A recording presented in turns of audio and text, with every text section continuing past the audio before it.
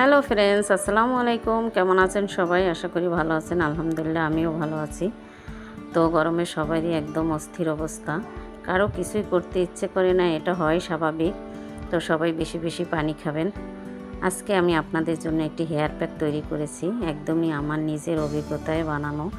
আমি এ পর্যন্ত 4 bar use করেছি। আমার প্রচণ্ড চুল পড়তো, সেটা বন্ধ হয়েছে। খুশকি পড়া বন্ধ হবে, চুল পড়া বন্ধ হবে এবং নতুন চুল গজাতে সাহায্য করবে। তো আপনারাও বানিয়ে দেখবেন।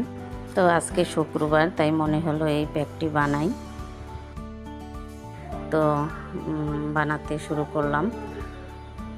আপনারা যারা বাসায় থাকেন না তারা শুক্রবার বানিয়ে রাখতে পারেন। একদিন বানালে আপনি সংরক্ষণ করে ফ্রিজে 2 দিন বা 3 দিন দিতে পারবেন, অনেক উপকার পাবেন।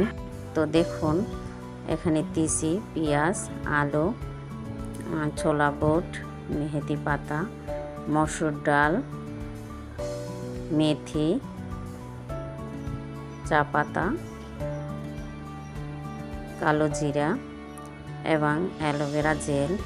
যাদের অ্যালোভেরা জেলটা বাসায় নাই, আশা করি সবারই বারান্দায় একটা না একটা গাছ থাকে, তো সেখান থেকে নিয়ে নেবেন, নয়তো বাজার থেকে 2টা ডাঁট কিনে নিয়ে আসবেন।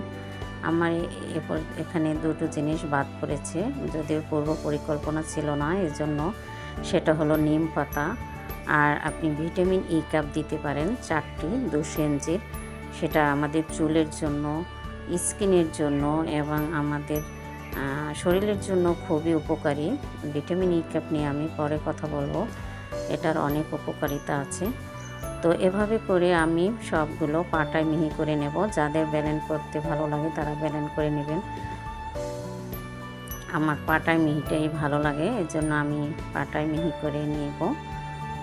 একদমই ন্যাচারাল উপায়ে তৈরি, কোনো সাইড এফেক্ট নেই। যাদের অ্যালার্জির সমস্যা, আশা করি তাদেরও কোনো সমস্যা হবে না। একদমই ঘরোয়া উপকরণ দিয়ে, আমরা সচরাচর যে উপকরণগুলো বাসায় ইউজ করি সেগুলো দিয়ে তৈরি। দেখুন আমার বাটা হয়ে গেছে। এবার আপনি যেটা করবেন সেটা হলো, আপনি ব্যবহারের আগে যে কোনো নারিকেল তেল দিয়ে একটু পাতলা করে তারপর চুলে লাগাবেন। গোসল করার 1 ঘন্টা আগে এটি ইউজ করতে পারেন, তারপর শুকিয়ে শ্যাম্পু করে ফেলবেন। ভিটামিন ই ক্যাপটি যে কোনো ফার্মেসি, পার্লার বা কসমেটিকের দোকানে পাবেন। তো আমার রেমেডিটা আপনাদের ভালো লাগলে সবাই লাইক, কমেন্ট, শেয়ার করে আমার পাশে থাকবেন। কথা হবে পরবর্তী ভিডিওতে। তো আমার পাশে থাকার জন্য সবাইকে অসংখ্য অসংখ্য ধন্যবাদ। আজ এই পর্যন্তই। সবাই ভালো থাকবেন, সুস্থ থাকবেন। আল্লাহ হাফেজ।